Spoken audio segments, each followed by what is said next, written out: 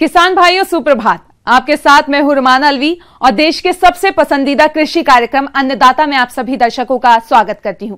उगते सूरज और चलती ठंडी हवा के साथ आज के कार्यक्रम में लेकर आई हूं खेतीबाड़ी से जुड़ी हुई नई नई तकनीक के बारे में जानकारियां। तो चलिए शुरुआत करने से पहले एक नजर डालते हैं खास झलकियों पर। 2018 के बजट में किसानों के लिए क्या खास रहा?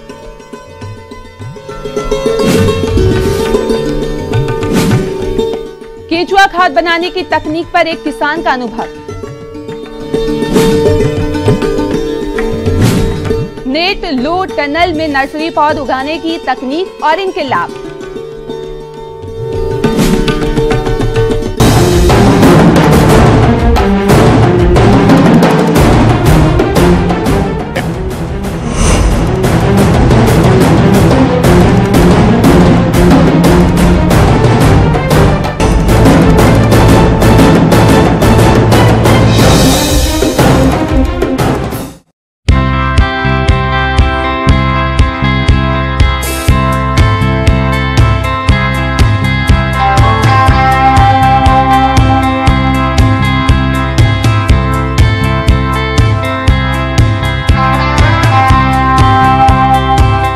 वित्त मंत्री ने बजट पेश करते हुए कहा, सरकार किसानों की बेहतरी के लिए काम कर रही है। किसानों के कल्याण के लिए सरकार प्रतिबद्ध है और 2022 तक किसानों की आय दुगनी करने के लिए अहम कदम उठाए जाएंगे। उन्होंने कहा, देश में कृषि उत्पादन रिकॉर्ड स्तर पर है। सब्जियों, फलों का रिकॉर्ड उत्पादन हुआ है। अब किसानों को उनकी उपज का ज्यादा दाम मिलेगा। किसानों को उत्पादन लागत का 1.5 गुना दाम मिलेगा। अब फसल की मांग और दाम तय करने के लिए अलग से व्यवस्थाएं बनेंगी। वित्त मंत्री ने कहा कि किसानों को उनकी उपज की सही लागत मिले, इसके लिए नीति आयोग सिस्टम तैयार करेगा। किसानों को एमएसपी का पूरा दाम मिलेगा। खरीफ फसल का एमएसपी मूल्य 1.5 गुना करने का फैसला लिया है। अब 22,000 हाट कृषि बाजार में बदले जाएंगे। फार्म डेवलपमेंट के लिए 2,000 करोड़ रुपए आवंटित किए गए हैं। आलू, टमाटर जैसी फसलों को बचाने के लिए ऑपरेशन फ्लड की तर्ज पर ऑपरेशन ग्रीन तैयार किया जाएगा, जिस पर 500 करोड़ रुपए की राशि आवंटित की गई है। जैविक खेती को बढ़ावा देने के लिए महिला हेल्प ग्रुप्स को प्रोत्साहित किया जाएगा। वित्त मंत्री ने कहा, बांस देश के लिए ग्रीन गोल्ड है, इसलिए बांस की पैदावार बढ़ाने के लिए 1,290 करोड़ बजट रखा गया है। अब किसान क्रेडिट कार्ड पशुपालकों और मछली पालकों को भी मिलेगा। इस बार बजट में कृषि के क्षेत्र में 11 लाख करोड़ रुपए का कर्ज रखा गया है। छोटे और मझोले किसानों के लिए मछली पालन और पशुपालन के नए प्रोजेक्ट तैयार किए जाएंगे। हर खेत में पानी पहुंचाने के लिए प्रधानमंत्री कृषि सिंचाई योजना पर जोर दिया जाएगा। कृषि उत्पादन से जुड़ी कंपनियों को टैक्स में राहत दी जाएगी। ग्राउंड वाटर इरिगेशन के लिए 2600 करोड़ रुपए का आवंटन किया गया। फर्म एक्सपोर्ट के लिए 42 मेगा फूड मार्ट बनाए जाएंगे। फूड प्रोसेसिंग के लिए 1400 करोड़ रुपए का आवंटन किया गया। हार्टिकल्चर यानी बागवानी फसलों के लिए क्लस्टर बेस्ड मॉडल बनेगा। वित्त मंत्री ने कहा, बजट का मकसद खेती और ग्रामीण अर्थव्यवस्था को मजबूती देना है।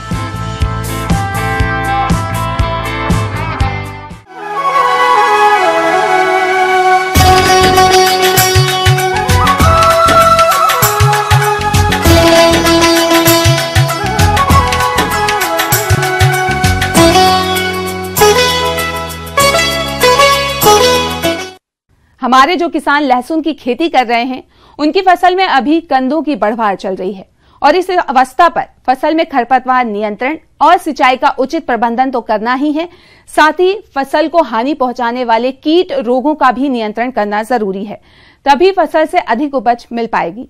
तो इस समय लहसुन की फसल में कौन कौन से जरूरी कार्यों को करना है, आइए जानते हैं जवाहरलाल नेहरू कृषि विश्वविद्यालय जबलपुर की डॉक्टर प्रियंका मिश्रा से।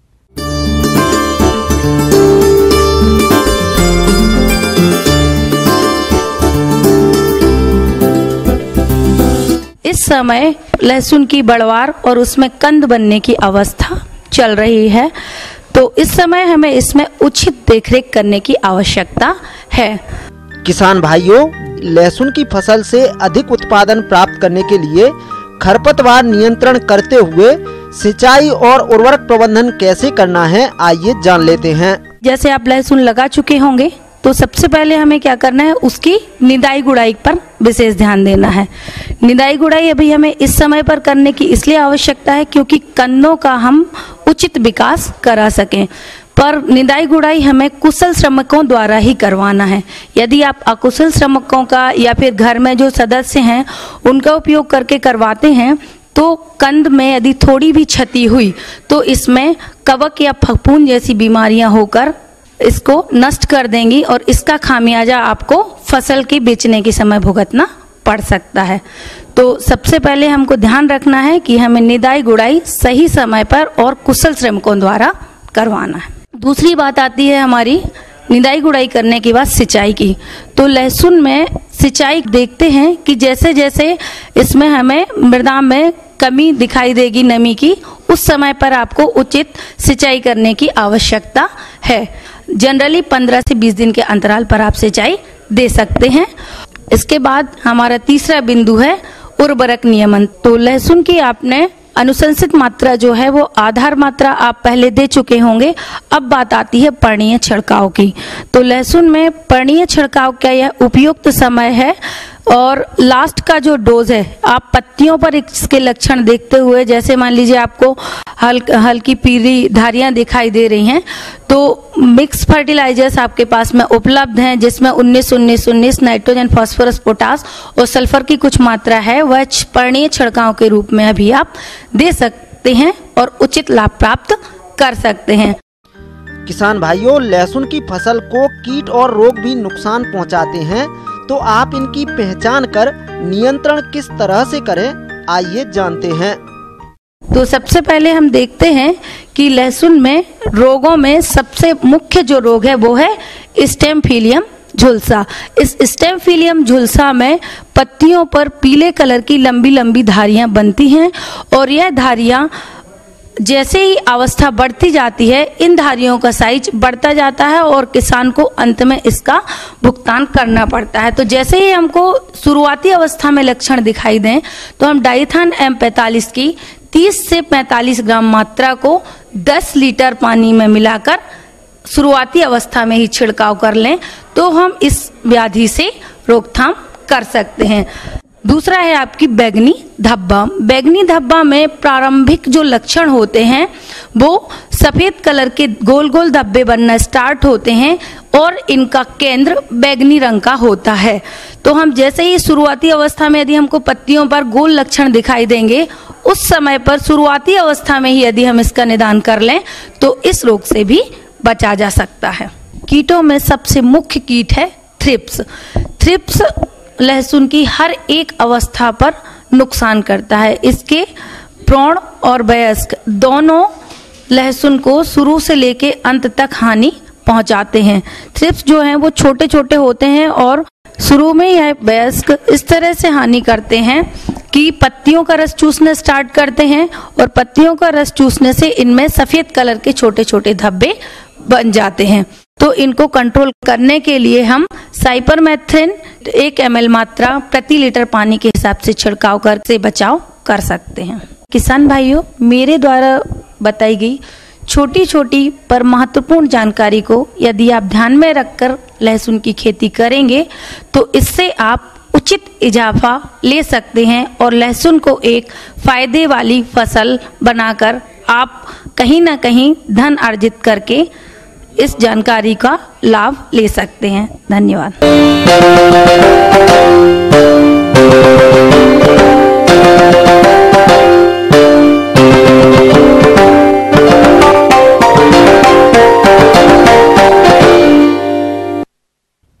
अधिक उपज की चाह में किसानों द्वारा फसलों में किए जा रहे रासायनिक खादों के अंधाधुंध प्रयोग के कारण उपज की क्वालिटी तो खराब हो ही रही है, साथ ही मृदा की उर्वरा भी खराब होती जा रही है। लेकिन ऐसी स्थिति में हमारे किसान भाई रासायनिक उर्वरकों के स्थान पर गोबर की खाद, केचुआ खाद एवं नाडेप खाद का प्रयोग करें तो इस समस्या से निदान पा सकते हैं। तो आज हम इसी के अंतर्गत केचुआ खाद बनाने की विधि और इसके महत्व के बारे में समस्त जानकारी लेते हैं जिला रतलाम के प्रगतिशील किसान भंवर सिंह से।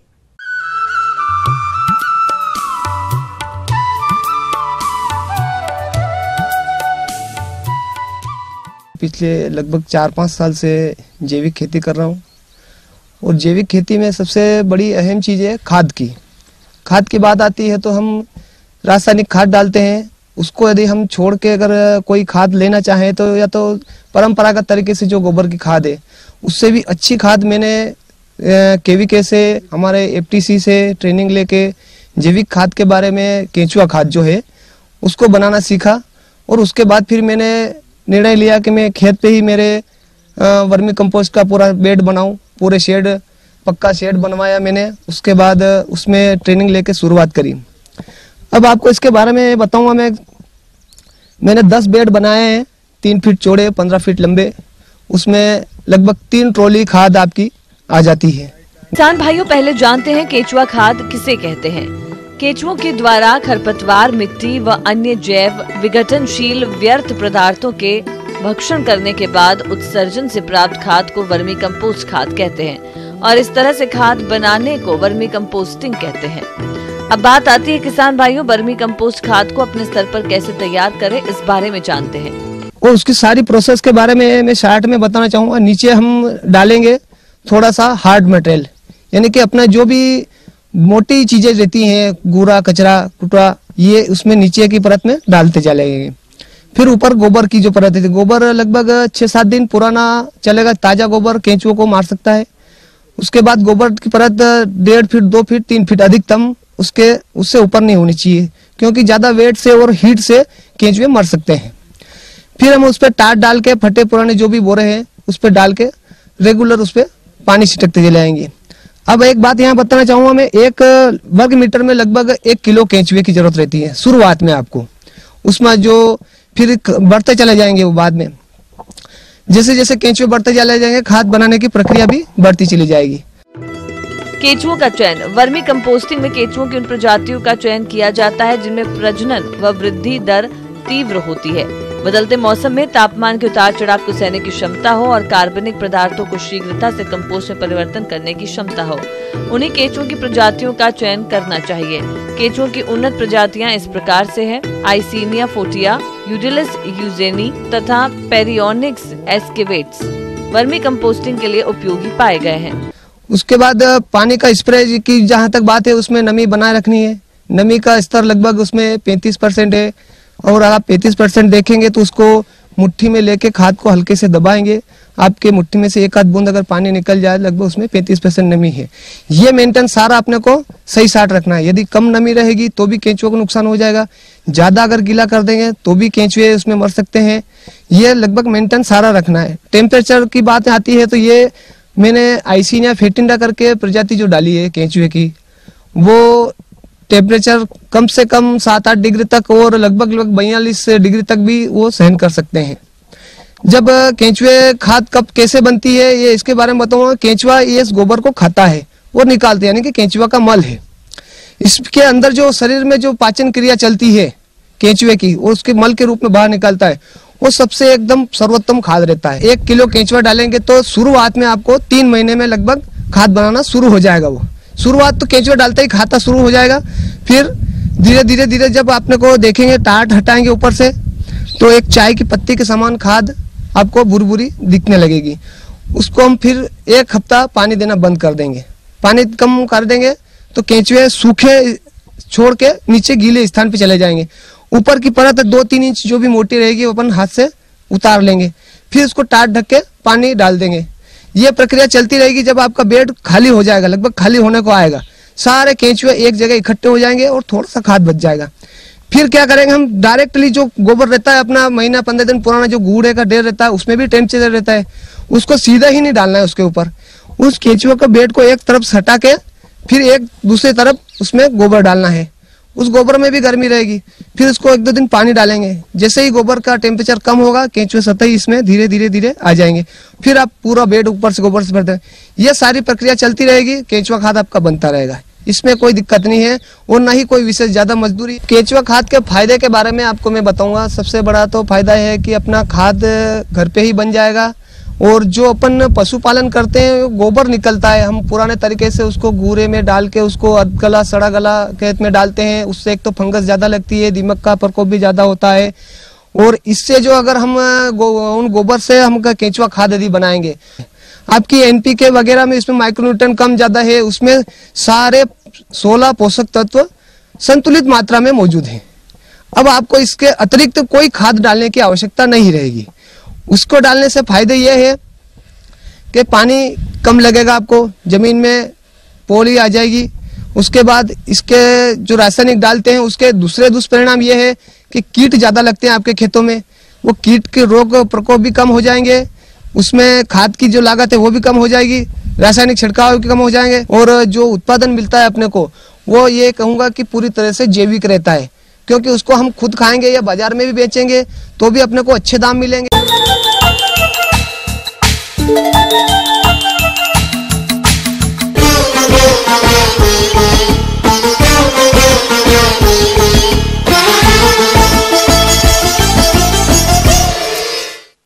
कुछ फसलें ऐसी होती हैं जिनकी पहले नर्सरी तैयार की जाती है, उसके बाद उसकी रोपाई की जाती है। जैसे कि अधिकतर किसान टमाटर, मिर्च, बैंगन, पपीता, मेंथा इत्यादि की खुले में ही नर्सरी उगाते हैं, जिससे नर्सरी में कीटों की समस्या आती है और स्वस्थ पौध नहीं मिलती है। लेकिन अगर आप नेट लगाकर नर्सरी तैयार करें तो कीटों के लगने की संभावना बहुत ही कम रहती है और आपको स्वस्थ पौध मिले। इसलिए नर्सरी तैयार करने के लिए नेट लो टनल का प्रयोग कैसे करें और इसके लाभ कौन कौन से हैं, इस बारे में विस्तार से बता रहे हैं एक विषय विशेषज्ञ अनिल कुमार सिंह।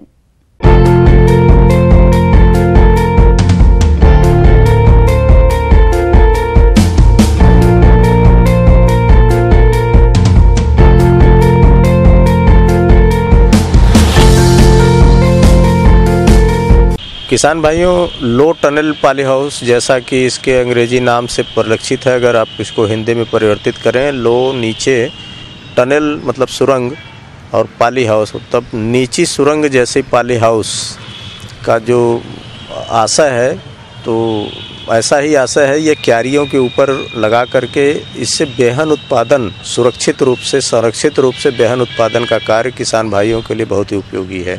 जो हमारे किसान भाई जायद में अगेती कद्दू कुल की खेती करना चाहते हैं, तो अगर इस समय जो है अगर अगेती करने के लिए सीधे खेत में बुआई करते हैं तो उसका जमाव नहीं होता है, या अगर बहुत पहले बुआई कर देते हैं तो उसमें बहुत से मतलब खुले खेत में बुआई होने पर जो जमाव होता है तो वहाँ पर बहुत ज़्यादा नुकसान जो है ठंड से और पाले से हो जाता है। तो पॉली हाउस का प्रयोग जो कद्दू कुल के अगेती बेहन तैयार करने के लिए बहुत अच्छा है। जायद में सब्जी फसल के रूप में ली जाने वाली लौकी, खीरा, तोरई, करेला, खरबूज, तरबूज इत्यादि की फसलें ले सकते हैं। किसान भाइयों, इन सब्जी फसलों की ऐसी किस्मों का चुनाव करें जिनका उत्पादन अच्छा हो। कुछ उन्नत किस्मों का विवरण इस प्रकार है।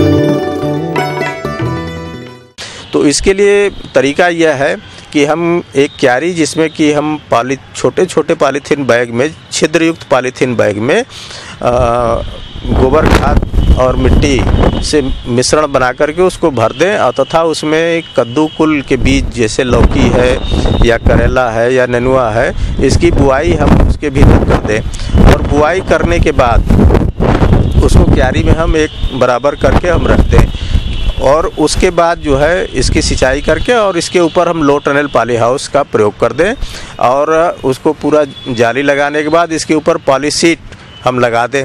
ये चारों तरफ इसको मिट्टी से भी दबा देंगे तो इससे फ़ायदा ये होगा कि इसके भीतर टेम्परेचर करीब बाहर के मौसम से 8 से 10 डिग्री टेम्परेचर इसके अंदर का अधिक होगा। जब अधिक होगा तो जो है ये इसमें जमाव जो कद्दू फूल के हमारे बीज बोए गए हैं उसका जमाव इन पॉली बैग्स में हो जाएगा। जब ये पॉली बैग्स पे जमा हो करके कुछ पत्ते ऊपर तक निकल आते हैं तो इसकी पॉली सीट को हम इसमें से जो ऊपर लगी है उसको हटा देंगे और केवल जाली ही लगी रहेगी।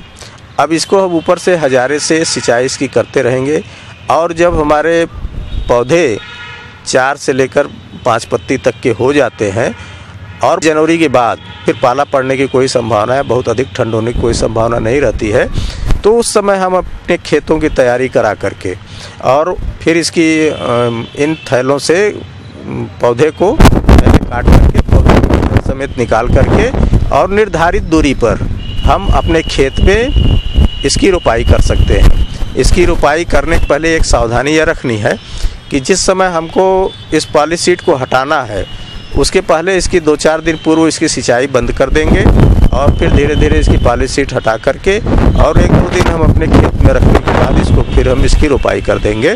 किसान भाइयों, अगर आप खुले में पौध तैयार करते हैं तो बीजों का जमाव कम होगा ही, साथ ही जो पौध उगेंगे उनका विकास ठीक से नहीं होगा और कीट रोगों का भी प्रकोप अधिक होगा। इसलिए कोई भी सब्जी हो या अन्य फसल आप लो टनल में ही नर्सरी उगाएं, जिससे आपको स्वस्थ पौध मिल सके। कि एक तो जो छोटे कीड़े जो नर्सरी के समय रोग फैलाते हैं, विशेष रूप से व्हाइट फ्लाई, उससे बचत हो जाती है और इसके बाद जो हमारी बेहन है वो भी कम से कम 1 हफ्ते पहले तैयार हो जाती है और 1 हफ्ते पहले हमारी तैयार बेहन जो है जब हम इसकी रोपाई करेंगे तो संभावना हमको 1 हफ्ते पहले फसल भी मिल जाएगी, तो बाज़ार में भी हम इसको 1 हफ्ते पहले ले जा सकते हैं।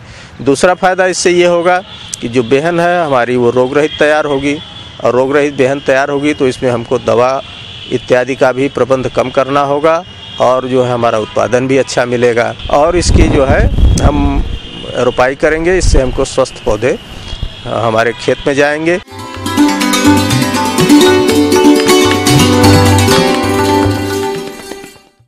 जॉन डियर अन्नदाता हेल्पलाइन निशुल्क फोन संपर्क सेवा के माध्यम से आपके द्वारा पूछे गए प्रश्नों में से 1 या 2 महत्वपूर्ण प्रश्नों को हम अपने कार्यक्रम में शामिल करते हैं।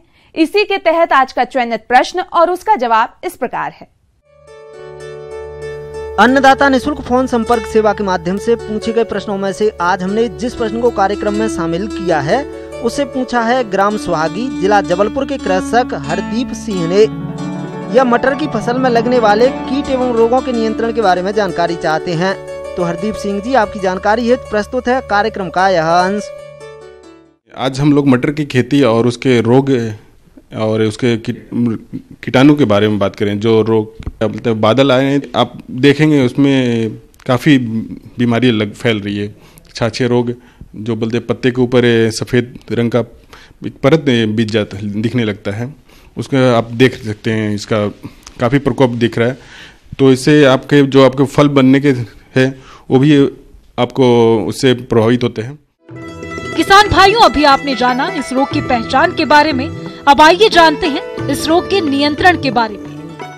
इसके निदान के लिए आप हो सके तो आप जो पाउडर आते हैं बेटेबल, जो सल्फर युक्त फंगीसाइड बाजार में मिलते हैं, इसका स्प्रे कीजिए। और इसके अलावा जिन किसान भाइयों के पास पौध में छेद है, पोड है, जो अपने फली है उसमें छेद करने वाली भी कीटाणु भी फैल रहे हैं, तो उससे आपके फली के नुकसान देती है। इसका निदान के लिए आप जो पौध छेदक जो करने है उसको मारने के लिए आप क्विनॉल फॉस आती है दवा, उसका स्प्रे करिए। करीब 20 ml पर 10 लीटर के हिसाब से आप इसका स्प्रे करके ये कर सकते हैं। इसके अलावा आप समय समय पर आप निराई गुड़ाई करते रहें और आसपास के जो खरपतवार हैं, जो बीड हैं, उसका निदान करते रहें ताकि अच्छी गुण बर्बाद हो सके, उसका अच्छा फैल सके और इसके अलावा अच्छी इसमें फूल आ सके। इस तरह से करके आप अच्छी तरह से खेती कर सकते हैं मटर का और आप अच्छा पैसा से आप कमा सकते हैं, क्योंकि अब ये काफ़ी नकदी फसल है और इसकी मार्केट वैल्यू हमेशा 30 से 40 रुपये करीब जो अपनी अच्छी किस्म रेट है बनी रहती है और ये काफ़ी लोकप्रिय सब्जी फसल है और इसका आप भरपूर पैदावार ले सकते। अब आइए देखते हैं कल दिखाए जाने वाले कार्यक्रम की मुख्य झलकियां। प्याज का अधिक उत्पादन लेने हेतु फसल में किए जाने वाले जरूरी कार्य। एक्वेरियम में रंगीन मछलियों का पालन करके घर की शोभा बढ़ाएं। हम ये उम्मीद करते हैं कि आज का कार्यक्रम आप सभी दर्शकों के लिए उपयोगी रहा होगा। किसान भाइयों, अन्नदाता आपकी सेवा के लिए संकल्परत है। कृषि संबंधी समस्या एवं सुझावों के लिए आप हमें इस पते पर संपर्क कर सकते हैं। प्रोड्यूसर अन्नदाता ETV Madhya Pradesh Chhattisgarh, Ramoji film city Hyderabad 501512। साथ ही आप हमें ईमेल भी कर सकते हैं। हमारा ईमेल एड्रेस है p18annadatamp@nw18.com। इसके अतिरिक्त आप हमें जॉन डियर निशुल्क हेल्पलाइन नंबर 180041922155 पर सोमवार से शनिवार सुबह 10 से शाम 4 बजे के बीच संपर्क कर सकते हैं। अब समय हो रहा है आपसे विदा लेने का, तो हमारी अन्नदाता टीम को दीजिए इजाजत। कल फिर इसी समय आपसे मुलाकात होगी कृषि संबंधित कुछ और महत्वपूर्ण जानकारियों के साथ। नमस्कार।